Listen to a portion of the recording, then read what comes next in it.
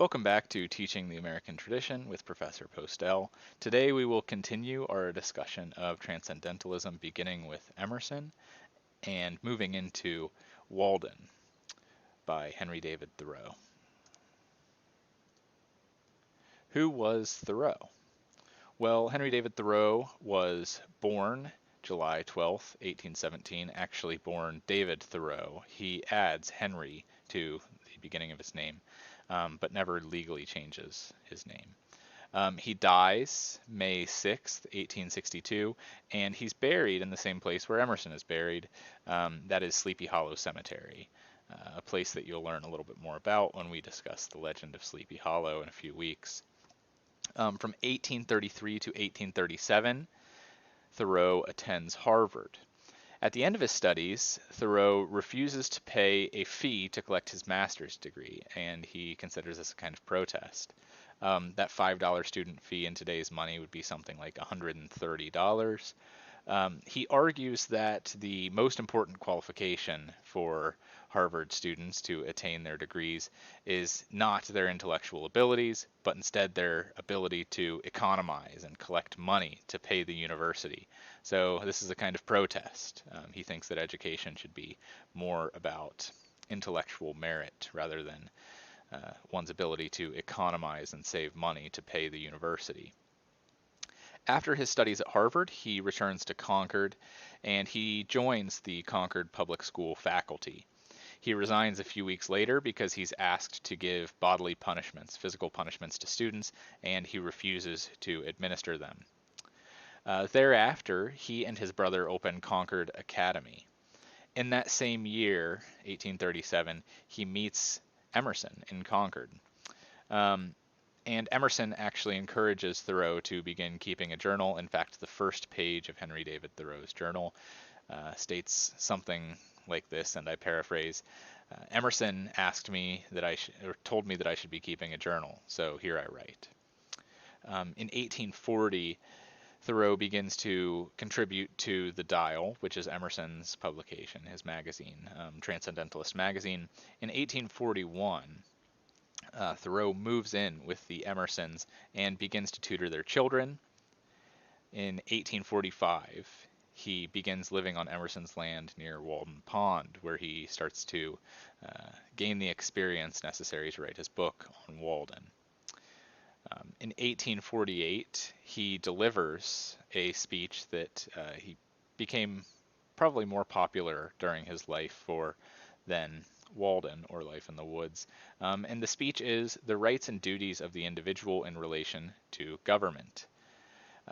That speech is published a year later as Civil Disobedience, an essay.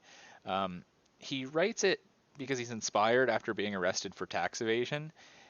Thoreau argues that he shouldn't pay poll taxes, federal or state taxes, because he disagrees with the government's approach to slavery and the Mexican-American War. And because he disagrees with the approach of the government to these two things, he can't with good conscience pay the government money for taxes. And in 1854, he publishes Walden or Life in the Woods, which we have read the first two chapters of. Within the first few years of Walden's publication, it sells about 2,000 copies, so it's not a monumental success, but it's a modest success.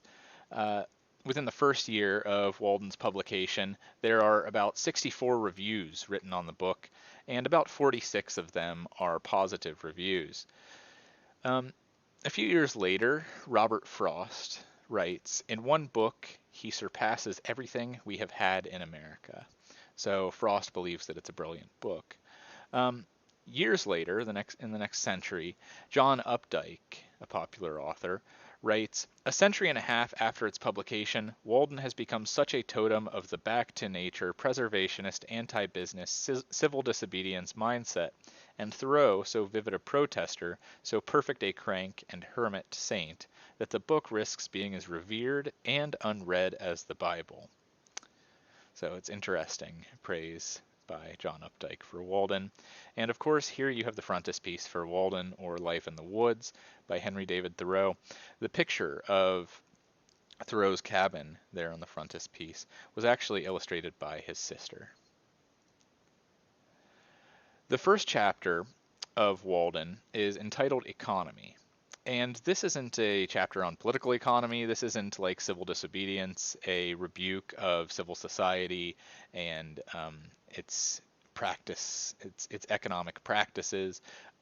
This is a book about household management. The Greek word economy, oikonomos, meaning household and management or household rule.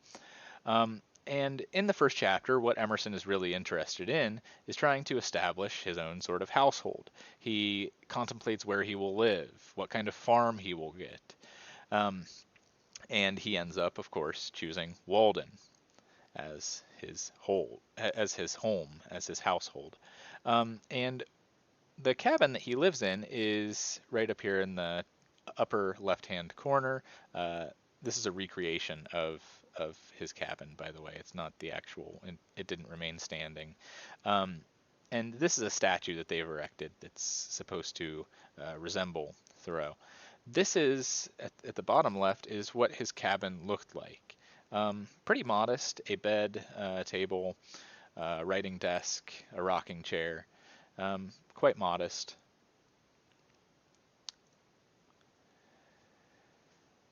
In economy, he really starts to pick up his analysis of what he's doing in on pages 9 and 10. And he compares his household and his way of living as a sort of religious experience from the very beginning, and a very serious religious experience.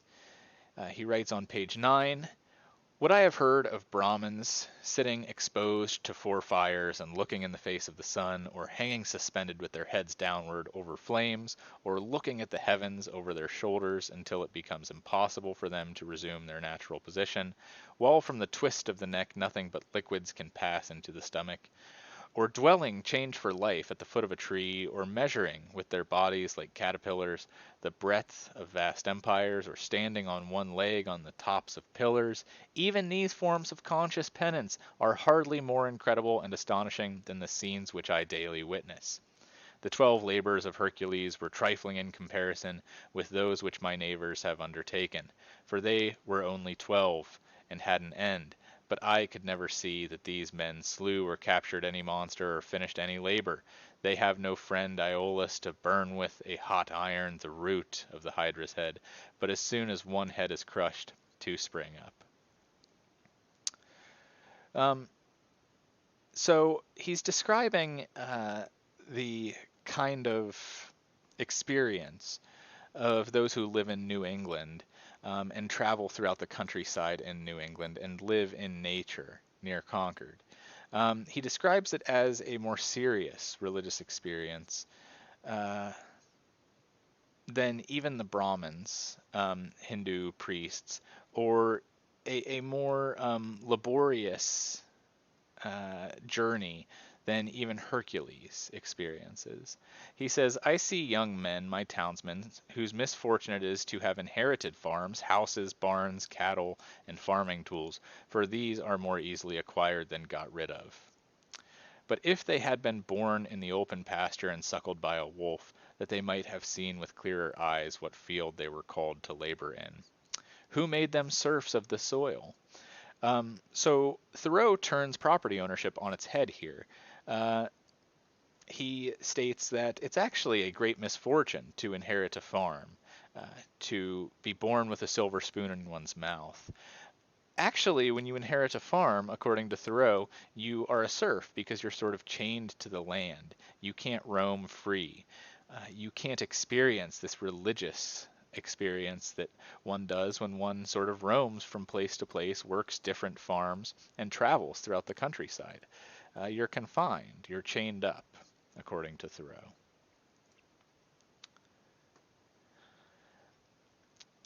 One thing that Thoreau thinks is very important about life at Walden, or life in seclusion in the woods, is the opportunity for leisure. Like Emerson, Thoreau believes that it's necessary to go out into nature, to get away from society, to leave the sort of hustle and bustle. And only then does man have leisure. Only then can man think clearly. He says on page 12, most men in this comparatively free country, through mere ignorance and mistake, are so occupied with the factitious cares and superfluously coarse labors of life that its finer fruits cannot be plucked by them. Their fingers from excessive toil are too clumsy and tremble too much for that. Actually, the laboring man has not leisure for a true integrity day by day. He cannot afford to sustain the manliest relations to men. His labor would be depreciated in the market. He has no time to be anything but a machine. How can he remember well his ignorance, which his growth requires? Who has so often to use his knowledge? We should feed and clothe him gratuitously sometimes, and recruit him with our cordials before we judge him. The finest qualities of our nature, like the bloom on fruits, can be preserved only by the most delicate handling. Yet we do not treat ourselves, nor one another, thus tenderly. So, like the young man who inherits a farm, who Thoreau speaks about a few pages earlier, the laborer who's found within society, who makes a wage earning by working in a factory, um, he is not free. He is sort of chained to excessive toil. He has a clumsy existence. He has no leisure, and because he has no leisure, he has no integrity. He can't live according to his own compass. Um, Walden, Thoreau says that he can't remember his ignorance, and his growth requires his ignorance.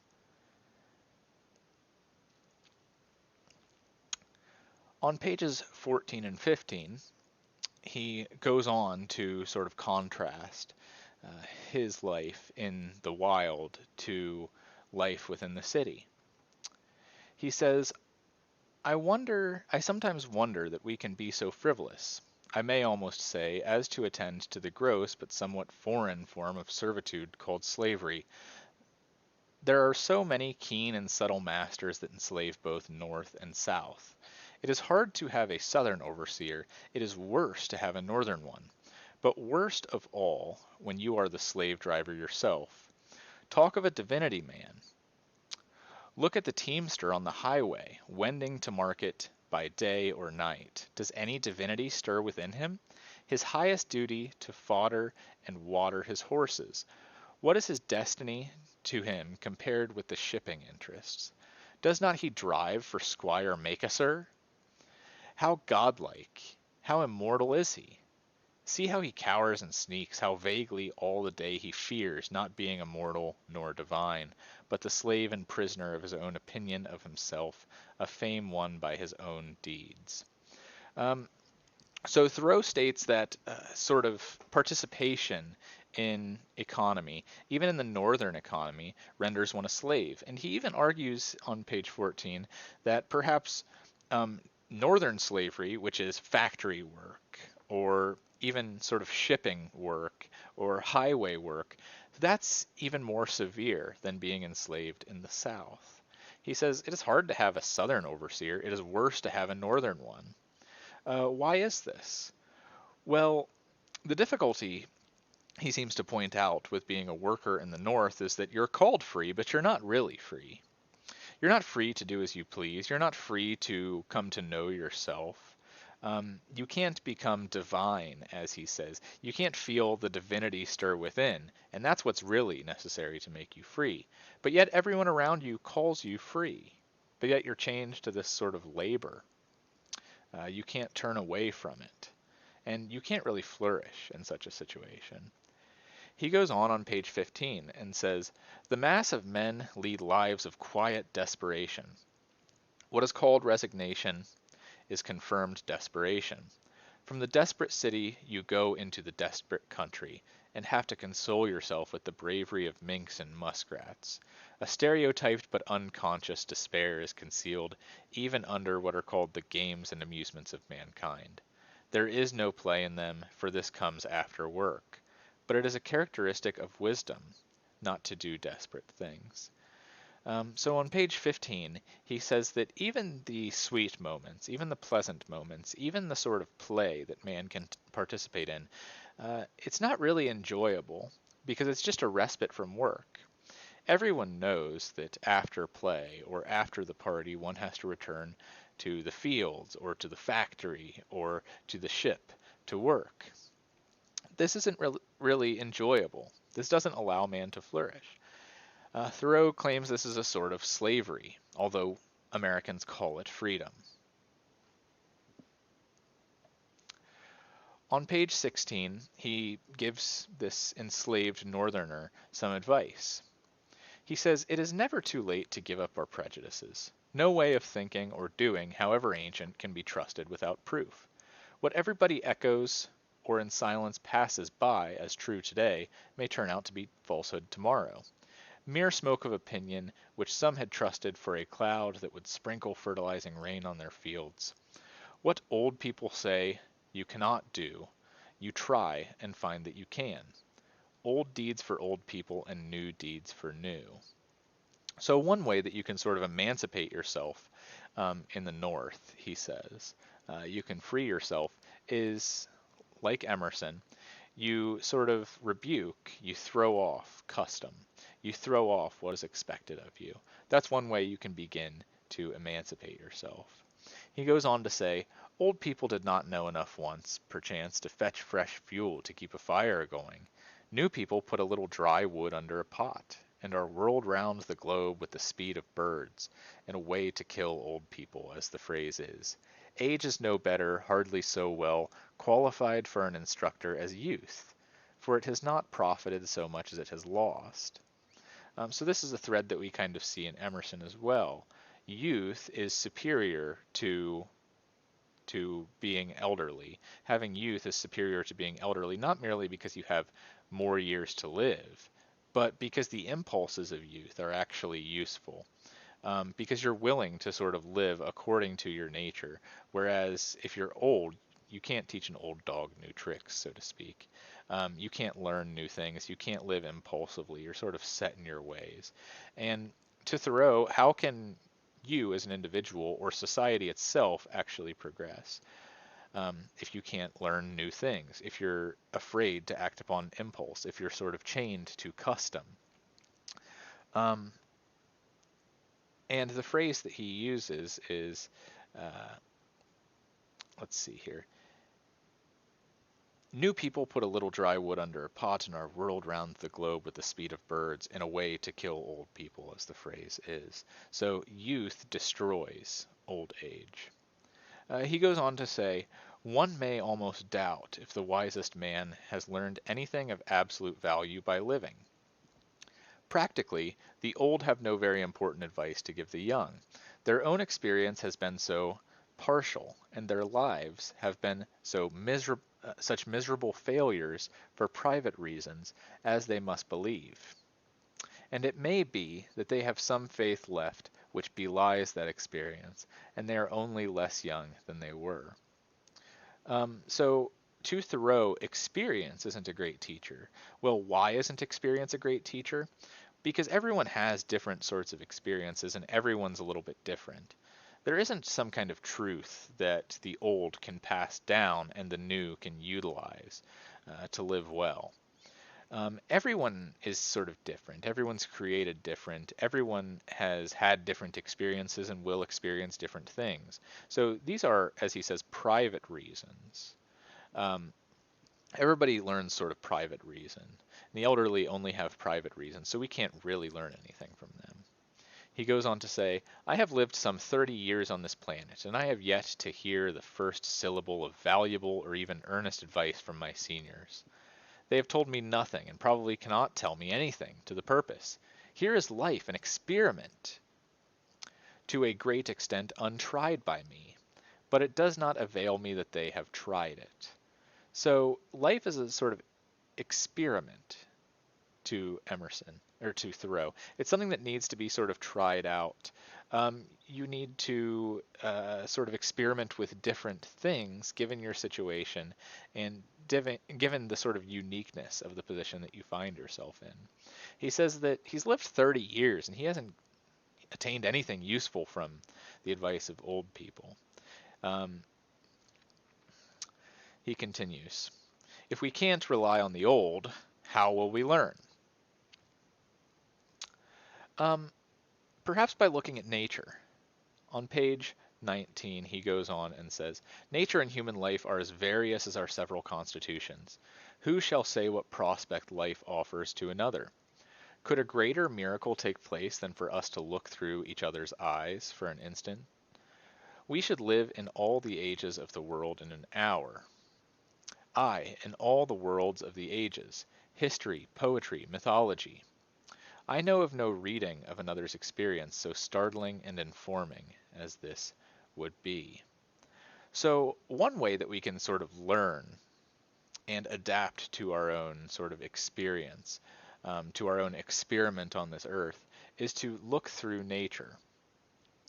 On page 18, he says, we might try our lives by 1,000 simple tests, as, for instance, that the same sun which ripens my beans illumines at once a system of earths like ours.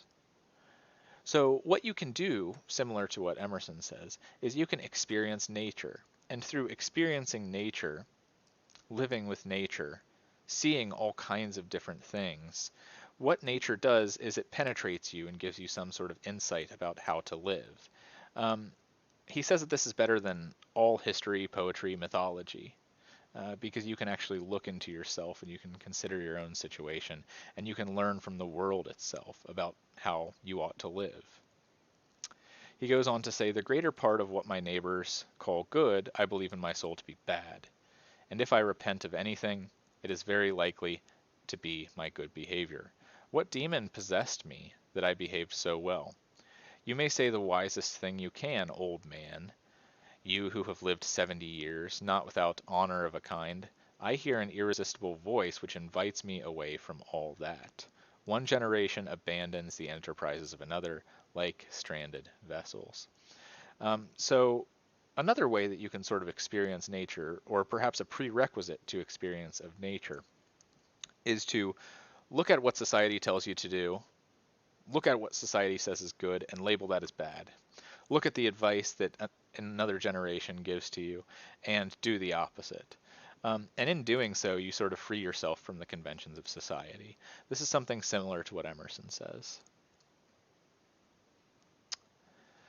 One way that he goes about doing this, experiencing nature, is moving to Walden Pond, which is where this book takes place, so to speak. So the second chapter is called Where I Lived and What I Lived For.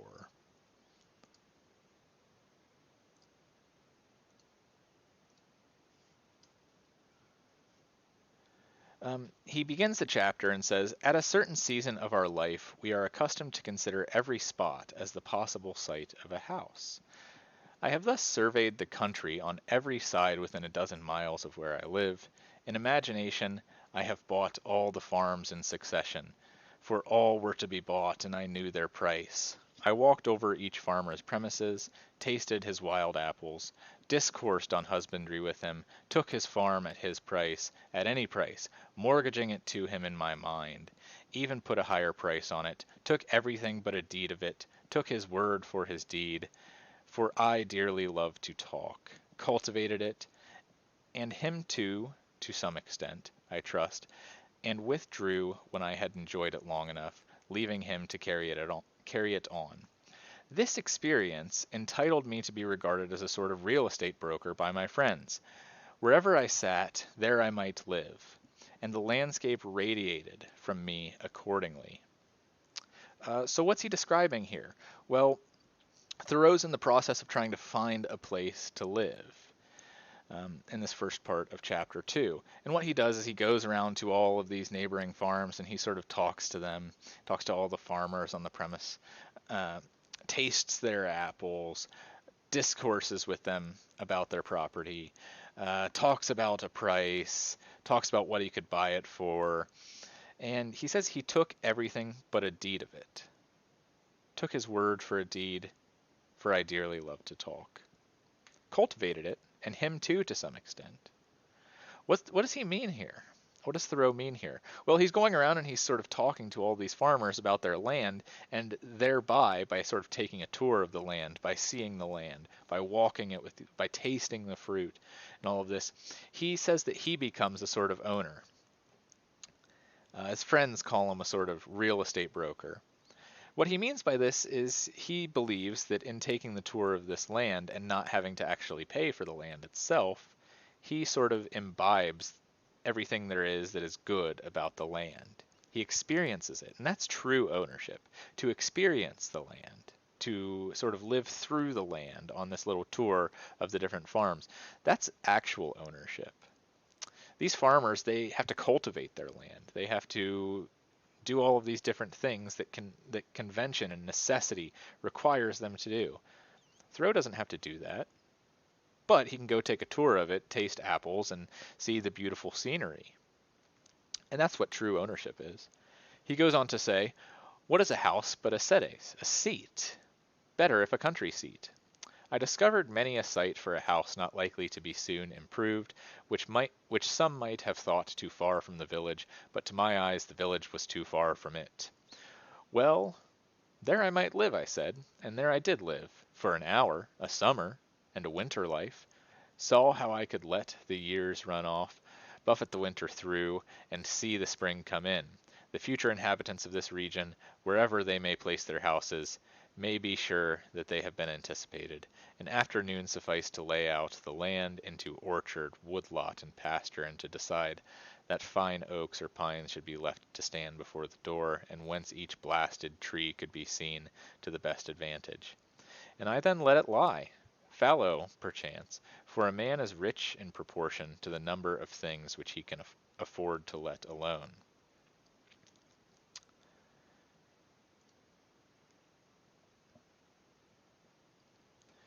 He goes on to sort of talk about his experiment in buying a home. And he says, when, when first I took up my abode in the woods, that is, began to spend my nights as well as days there, which by accident was on Independence Day or the 4th of July, 1845, my house was not finished for winter, but was merely a defense against the rain, without plastering or chimney, the walls being of rough weather-stained boards, with wide chinks, which made it cool at night. The upright white-hewn studs and freshly planed door and window casings gave it a clean and airy look, especially in the morning, when its timbers were saturated with dew, so that I fancied that by noon some sweet gum would exude from them. To my imagination it retained throughout the day more or less of this oral character, reminding me of a certain house on a mountain which I had visited a year before. This was an airy and unplastered cabin, fit to entertain a traveling god, and where a goddess might trail her garments. The winds which passed over my dwelling were such as sweep over the ridges of mountains, bearing the broken strains or celestial parts only of terrestrial music. The morning wind forever blows, the poem of creation is uninterrupted, but few are the ears that hear it. Olympus is but the outside of the earth everywhere. So he finally settles on Walden Pond, and when he moves in for the winter, it's not exactly boarded up. It doesn't protect him from the elements, and one would think this is a very bad place to live. But he says actually it's a great place to live, because what it does is it sort of allows him to be at one with nature. He describes this sort of oneness with nature with a house that he saw on a mountain where he envisioned a god or goddess might live. So that's sort of godliness for Thoreau, is existence in the wilderness, at one with nature, and unbothered by the things that nature does to one that may be uncomfortable. The ability to find solitude in the discomforts of nature. So actually, this turns out to be this shack in the woods that's not completely covered for winter, he says, turns out to be a sort of perfect home for him. He continues to describe it. He says, this frame, so slightly clad, was a sort of crystallization around me, and reacted on the builder. It was suggestive somewhat as a picture in outlines. I did not need to go outdoors to take the air, for the atmosphere within had lost none of its freshness. It was not so much within doors as behind a door where I sat, even in the rainiest weather. The Harivansa says, an abode without birds is like a meat without seasoning. Such was not my abode, for I found myself suddenly neighbor to the birds, not by having imprisoned one, but having caged myself near them. I was not only nearer to some of those which commonly frequent the garden and the orchard, but to those wilder and more thrilling songsters of the forest, which never or rarely serenade a villager, the wood thrush, the veery, the scarlet tanager, the field sparrow, the whippoorwill, and many others. So he's sort of imprisoned by nature. He's in a cage within nature. He is sort of nature's pet in the same way that a bird in a cage might be an individual's pet. Um, and that's actually freedom to him. To be encaged by nature is actually to be free. He goes on to sort of praise the morning time. And this is going to be a long selection that I'll read, but I think that it's important. He says, every morning was a cheerful invitation to make my life of equal simplicity, and I may say innocence with nature itself. I have been as sincere a worshipper of Aurora as the Greeks. I got up early and bathed in the pond. That was a religious exercise, and one of the best things which I did. They say that characters were engraven on the bathing tub of King Ching Thang to this effect. Renew thyself completely each day. Do it again and forever again. I can understand that. Morning brings back the heroic ages. I was as much affected by the faint hum of a mosquito, making its invisible and unimaginable tour through my apartment at earliest dawn, when I was sitting with door and windows open, as I could by any trumpet that ever sang of fame.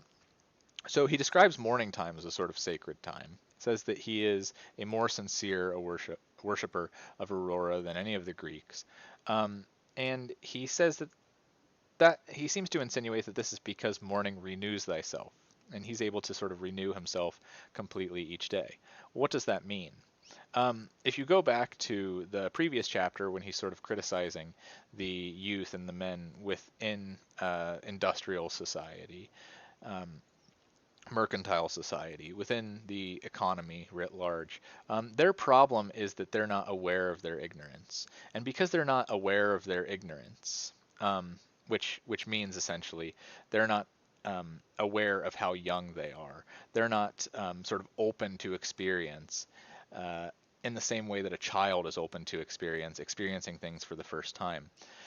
This is important for knowledge because renewing oneself each day allows one to experience nature anew each day. And through that experience, you can truly allow nature to sort of ring through you. And that's how you really gain wisdom. He goes on to say, it was Homer's Requiem, itself an Iliad and Odyssey in the air, singing its own wrath and wanderings. There was something cosmical about it, a standing advertisement, till forbidden, of the everlasting vigor and fertility of the world. The morning, which is the most memorable season of the day, is the awakening hour. Then there is least somnolence in us, and for an hour at least some part of us awakes which slumbers all the rest of the day and night. Little is to be expected of that day, if it can be called a day, to which we are not awakened by our genius, but by the mechanical nudgings of some servitor, are not awakened by our own newly acquired force and aspirations from within, accompanied by the undulations of celestial music, instead of factory bells and a fragrance filling the air, to a higher life than we fell asleep from, and thus the darkness bear its fruit, and prove itself to be good no less than the light. That man who does not believe that each day contains an earlier, more sacred, and auroral hour than he has yet profaned, has despaired of life, and is pursuing a descending and darkening way. After a partial cessation of his sensuous life, the soul of man, or its organs rather, are reinvigorated each day, and his genius tries again what noble life it can make. So he's sort of praising morning, and it's not just any particular morning that he praises, but a morning where our genius awakes us, where we sort of wake up naturally, entirely refreshed, wake up to a higher life than we fell asleep from.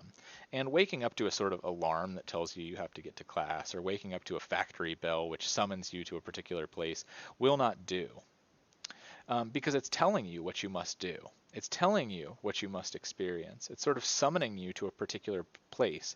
And when you're summoned to a particular place, when you're forced into a certain situation, when you do something through compulsion, you're not sort of open to experience. Genius cannot live through you. You're not truly invigorated. You can't experience memorable events.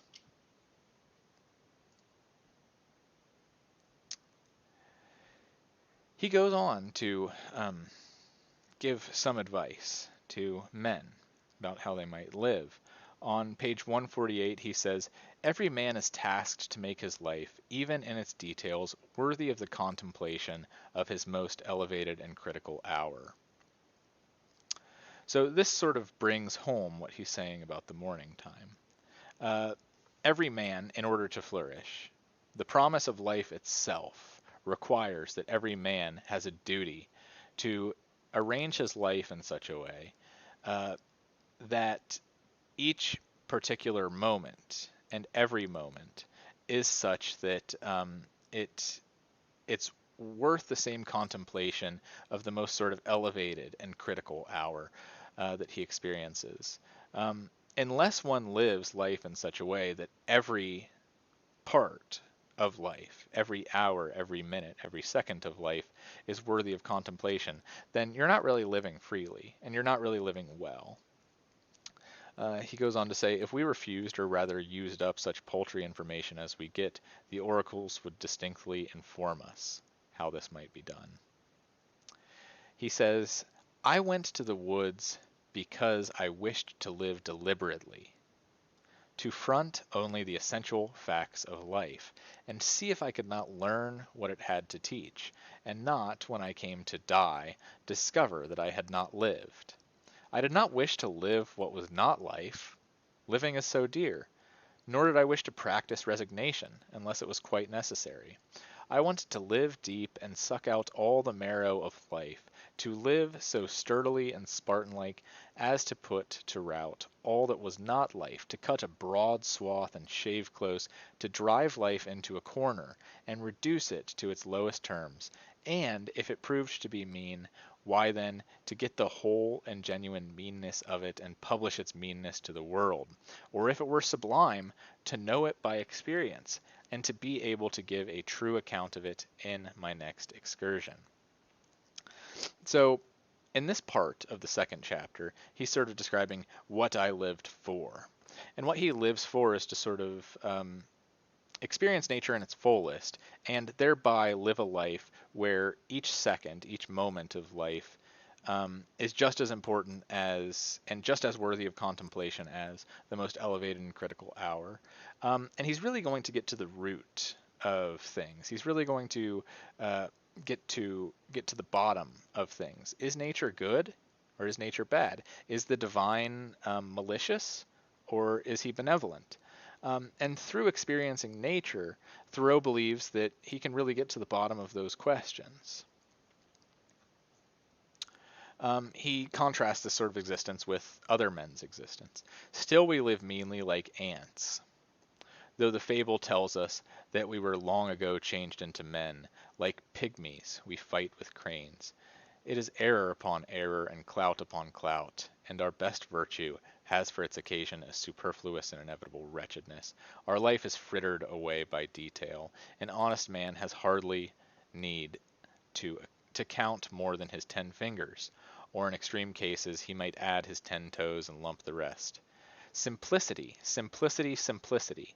I say, let your affairs be as 2 or 3, and not 100 or 1,000. Instead of 1,000,000, count half a dozen, and keep your accounts on your thumbnail." In the midst of this chopping sea of civilized life, such are the clouds and storms and quicksands and 1,001 items to be allowed for, that a man has to live. if he would not founder and go to the bottom and not make his port at all by dead reckoning, and he must be a great calculator indeed who succeeds. Simplify, simplify. So what he's saying on page 144 is that life is so complicated, particularly life in the city. It's so complicated. We can't add up all of the things that we have to do and all the things that we have to keep track of and all the orders that we receive and all the things that society expects of us. Society and the city, they're so complicated, and through all these demands that are placed upon us, we can't possibly come to know ourselves or come to know the most important things, God and nature. So he sort of commands the man within the city, simplicity, simplicity, simplicity. That should be your motto. Simplify, simplify. That's what you should do in order to live well. He goes on to sort of criticize what the city believes and what it wants individuals to believe. He says on page 151, shams and delusions are esteemed for soundest truths, while reality is fabulous. If men would steadily observe realities only, and not allow themselves to be deluded, life, to compare it with such things as we know, would be like a fairy tale and the Arabian Nights entertainments. If we respected only what is inevitable and what has a right to be, music and poetry would resound along the streets. When we are unhurried and wise, we perceive that only great and worthy things have any permanent and absolute existence, that petty fears and petty pleasures are but the shadow of the reality. This is always exhilarating and sublime. So he goes on to say that people within the city, they have all these things to sort of distract them. After they're done with working hours, they go to the shows. After they're done with working hours, they want to read some fantastic tale. They want to read a fairy tale. They want to be sort of preoccupied during their freedom and during their free time by some fantastic thing, uh, some poetry resounding along the streets, some intense song that will sort of raise them from their miserable existence. He says that that's not the way to do it. What you really need to do if you want to experience the sublime is you need to experience life and nature. And if one would live life in such a way, then one's life would actually act, would be like a fairy tale, like the Arabian Nights. One's life would actually be sublime. You wouldn't just have to bear witness to fantastic stories and such things.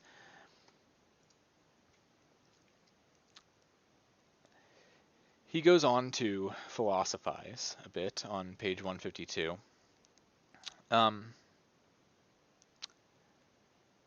In eternity there is indeed something true and sublime, but all these times and places and occasions are now and here. God himself culminates in the present moment, and will never be more divine in the lapse of all the ages. And we are enabled to apprehend at all what is sublime and noble only by the perpetual instilling and drenching of the reality that surrounds us. The universe constantly and obediently answers to our conceptions. Whether we travel fast or slow, the track is laid for us. Let us spend our lives in conceiving them. The poet or the artist never yet had so fair and noble a design, but some of his posterity, at least, could accomplish it. So what does it mean to truly live? What does it mean to truly flourish? To live out the poet's poem through action, to experience the sublime, to experience eternity now. God himself culminates in the present moment. If you would just stop and recognize God's presence through communing with nature, through communing with what is, through living a simple life that would not allow you to be distracted by the conventions and things within the city. So that essentially is what Thoreau is sort of getting at when he asks the individual to simplify. This is what he's trying to describe when he describes his life at Walden Pond. This is what he lives for. That simplicity which will allow him to experience eternity in the present now, to experience God who culminates himself in the present moment. And that essentially is flourishing. But before one can get there, one has to throw off the conventions and the duties that one has within society. So that is all we have for Walden and Henry David Thoreau. Um, I look forward to talking to you next time, and have a good day.